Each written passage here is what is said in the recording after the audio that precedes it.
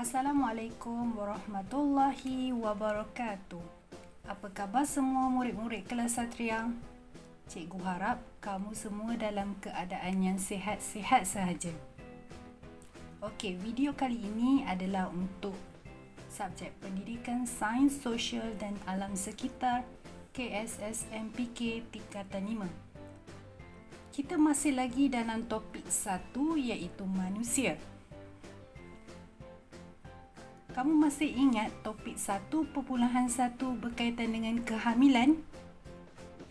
Okey, kali ini iaitu hari ini kita akan teruskan lagi dalam topik 1 iaitu topik 1.2 kelahiran.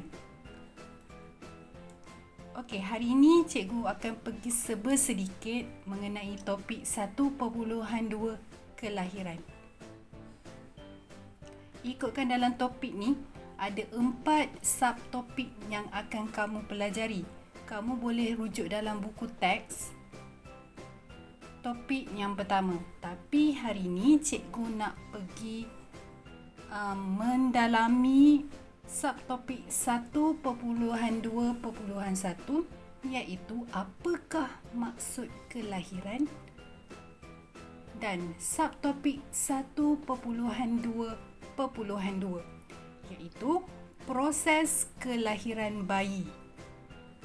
Okey, kita akan pergi ke dua subtopik ini sahaja. Ini insya-Allah di kemudian hari, di video yang lain. Okey, cikgu tak mau pergi banyak-banyak, cikgu nak pergi dua sahaja supaya kamu betul-betul faham. Okey, kalau dah bersedia, jom kita mula. Okey, subtopik 1.2.1. Selepas berlakunya kehamilan, pasti ada kelahiran. Okey, apakah maksud kelahiran? Okey, kamu tengok dekat sebelah ni ada gambar bayi, betul? Bayi yang baru dilahirkan. Okey. Apakah maksud kelahiran? Okey, kelahiran atau bersalin, kita panggil bersalin lah. Kalau bersembang ke, kita lebih menggunakan perkataan bersalin. Okey, kelahiran ataupun bersalin ialah proses pada hujung kehamilan yang mana janin dan plasenta keluar daripada rahim wanita. Okey, kelahiran berlaku secara semula jadi ataupun pembedahan. Okey, boleh tak ingat maksud kelahiran ni? Sangat mudah sebab dia sangat berterus terang. Okey, bila orang tanya apa maksud kelahiran, kamu jawab kelahiran tu dia berlaku pada hujung kehamilan. Okey, kamu tahu hujung kehamilan tu seperti yang cikgu dah terangkan dekat topik 1.2. Okey, kehamilan ada 3 tahap iaitu trimester 1, trimester 2 dan trimester 3. Antara ketiga-tiga trimester ni, yang mana yang hujung? Okey, 1, 2, 3. Yang mana hujung? Okey, nanti kita akan jawab soalan tu. Okey. Bila soalan tanya bilakah proses kelahiran berlaku? Okey, jawablah proses kelahiran berlaku pada hujung kehamilan. Okey, bila kamu tengok ibu yang mengandung, kalau 1 bulan, 2 bulan mengandung, belum tiba masa lagi untuk dia melahirkan. Okey, bila kamu dah tengok perut dia besar, dah sarat, kalau tanya dah berapa bulan? Dia jawab 7 bulan contohnya. Okey, maksudnya dah dekat-dekat hujung lah tu. Dekat-dekat hujung untuk dia melahirkan. Okey, tak akan melahirkan bayi pada awal-awal kehamilan. Itu bukannya nama dia kelahiran. Okey, ingat ini maksud kelahiran. Cikgu ulang ya. Kelahiran atau bersalin ialah proses pada hujung kehamilan yang mana janin dan plasenta keluar daripada rahim wanita. Okey, janin dan plasenta keluar daripada rahim wanita. Apa itu janin? Okey, sekejap cikgu. Okey, apakah janin? Apakah plasenta? Okey, dan apakah rahim wanita? Kamu kenal tak ketiga-tiga istilah ni? Okey, dan ingat kelahiran berlaku secara semula jadi dan pembedahan. Salah satu. Okey, ini secara visualnya ya. Okey, kelahiran tadi disebut sebagai proses yang berlaku pada hujung kehamilan di mana janin dan plasenta keluar daripada rahim wanita. Boleh tak kamu tunjuk dekat cikgu yang mana janin, yang mana plasenta dan mana rahim? Okey. Okey, kamu tengok gambar ni, boleh tak kamu tunjukkan yang mana janin, yang mana plasenta?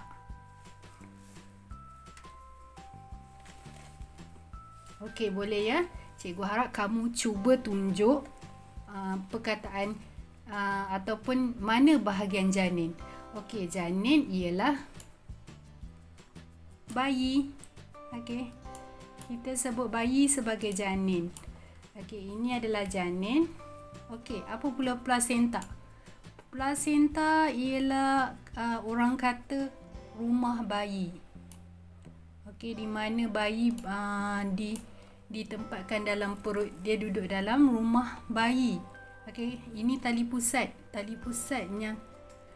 yang membekalkan makanan, oksigen daripada ibu kepada bayi.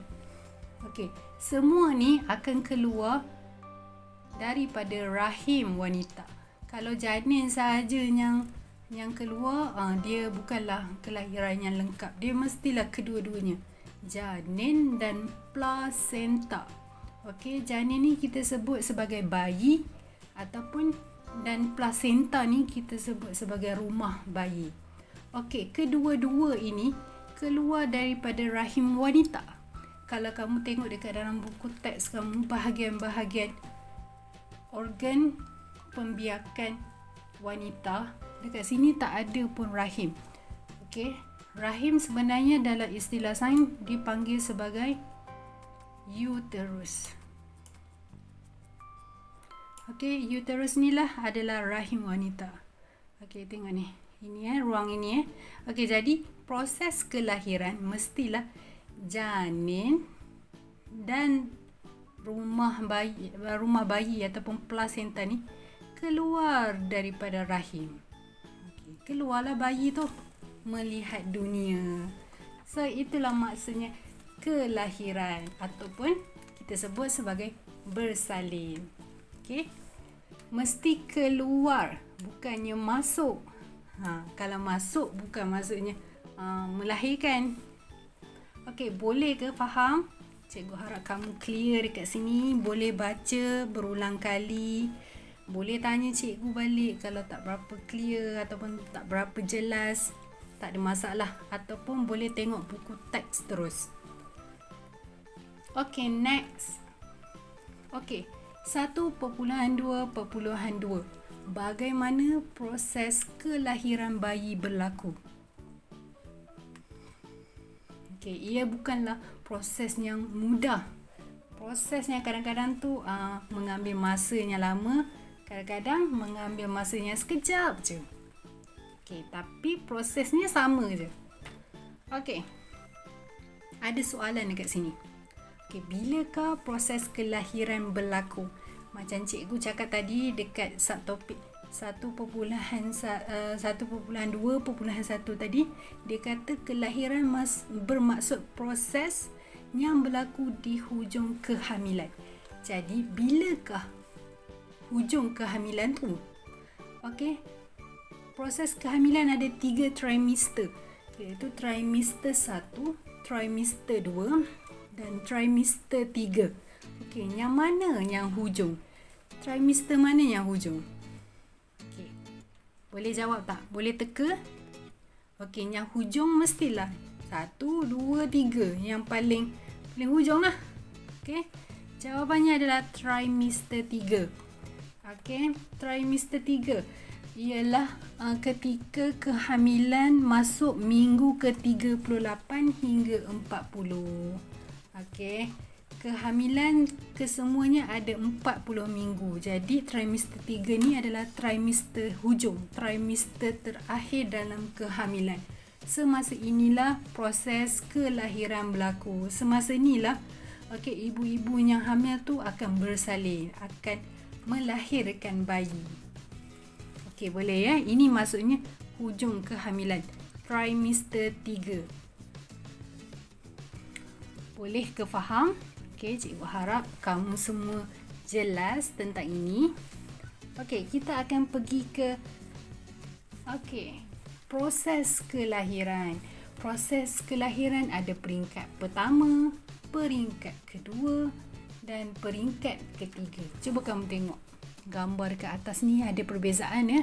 Peringkat pertama, apa yang ibu akan alami? Okey, pada awal kelahiran, iaitu peringkat pertama, rahim menipis dan terbuka. Maksudnya pintu uterus tu ataupun pintu rahim dah mula terbuka untuk memberi laluan kepada janin dan plasenta. Semasa ini juga kontraksi semakin kuat, iaitu berlaku ketika 5 hingga 20 minit. Senang cakap, kontraksi tu adalah rasa sakit lah. Rasa sakit, rasa macam nak bersalin. Semakin nak dekat proses kelahiran tu, semakin kerap, semakin kuat sakitnya. Dan pada ketika ini juga air ketuban mula pecah. Bila air ketuban dah pecah ni, selalunya makin dekatlah ibu nak melahirkan. Sebabnya kalau bayi duduk di dalam rumah bayi yang tak ada air, itu boleh membahayakan bayi. Air ketuban dah pecah. Kelahiran aktif. Kontraksi semakin kuat, iaitu rasa sakit semakin kuat, semakin kerap, semakin lama dan menyakitkan. Jarak masa antara kontraksi semakin cepat, maksudnya ibu akan sakitnya, lepas tu dia akan stop, lepas tu semakin kerap, sakit lagi. Jarak masa antara sakit tu semakin singkat. Ibu akan berasa tekanan di bahagian belakang badan. Masa tu ada respon daripada tulang belakang lah. Kamu perlu tahu itu saja. Ibu akan ada rasa-rasa sakit dekat bahagian belakang kerana respon tulang belakang terhadap proses kelahiran bayi itulah. Cervix semakin licin dan bayi mula bergerak ke pintu cervix. Bayi dia punya kepala dahulu akan menuju ke pintu rahim untuk keluar. Bagaimana pula peringkat kedua? Tengok gambar ni. Kepala bayi dulunya akan keluar. Cervix telah terbuka sepenuhnya dan berlaku tekanan pada rahim ibu kerana kepala janin mula bergerak melalui faraj. Faraj itu telah melewati rahim. Maksudnya dia dah keluar dah. Ibu mula merasa ingin meneran sebab bayi dah nak terkeluar kan. Bayi tu sebenarnya membantu pintu cervix tu terbuka. Jadi ibu lagilah berasa nak meneran. Dan nombor 3, kepala bayi mula kelihatan setelah pembukaan faraj. Tengok. Kepala bayi tu dah, kalau macam doktor yang sambut bayi tu, dia dah boleh nampak kepala bayi tu keluar lah. Doktor membantu bayi keluar daripada faraj. Mungkin dengan menggunting faraj ke supaya laluan bayi tu lebih besar. Yang itu ikut keadaan ibu lah. Okey. Yang ketiga, bayi telah keluar daripada faraj. Maksudnya bayi dah berlaku dah proses kelahiran dari situ. Okey. Tali pusat bayi dipotong. Tali pusat tadi tu daripada plasenta. Okey. Maksudnya dekat sini plasenta pun dah terkeluar lah. Okey. Lengkap. Plasenta dan janin dah keluar. Okey. Tali pusat bayi pun dipotong. Okey. Yang ketiga, kontraksi berlaku 5 hingga 10 minit selepas kelahiran bayi untuk mengeluarkan uri. Uri tu plasenta. Okay, sebelum dia masih lagi berlaku kontraksi sebabnya uri belum dikeluarkan. Selepas bayi barulah uri. Dan uri akan terpisah daripada dinding rahim dan keluar melalui pintu faraj sama ada secara sendiri ataupun bantuan rakyat. Bantuan doktor. Okey, kamu mungkin boleh memahami proses ni dengan melihat gambar ini.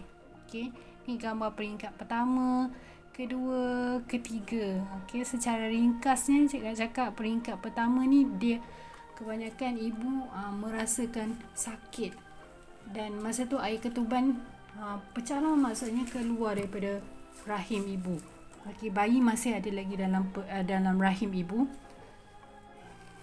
Okey, peringkat kedua tu kalau doktor yang menyambut bayi tu dia dah boleh nampak kepala.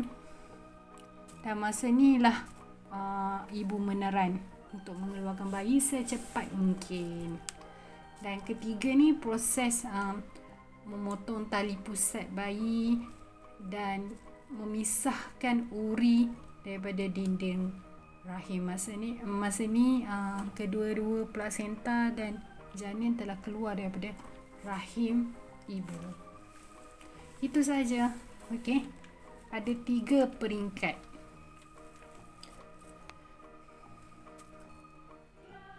Okey, kalau nak lebih jelas lagi cuba tengok dekat buku teks, tapi informasi yang sama je daripada buku teks dengan video yang cikgu tunjukkan ni. Okey, boleh faham ya secara ringkasnya bagaimana peringkat kelahiran berlaku. Okey, itu sahaja pembelajaran kita hari ini. Okey, untuk membantu kamu lebih memahami dan mengingati subtopik tadi, iaitu subtopik maksud kelahiran dan subtopik peringkat kelahiran, cikgu nak kamu buat latihan yang cikgu ambil ni dalam buku teks. Okey, buku teks, salin dalam buku nota dan jawablah dengan tepat. Boleh rujuk dari buku teks. Okey, mana peringkat ketiga, peringkat kedua, peringkat pertama. Okey, uri berpisah daripada rahim. Yang ni peringkat ke berapa? Okey, kepala bayi kelihatan di pintu faraj. Yang mana satu? Peringkat mana? Okey, ibu berasa ingin meneran. Okey, air ketuban pecah. Ini adalah peringkat yang awal. Okey, tali pusat bayi dipotong. Okey, yang ni dekat luar baru dah dipotong kan? Jadi dia adalah di mana? Di peringkat yang mana? Okey, yang terakhir sekali, rahim menipis dan terbuka. Okey, peringkat yang mana?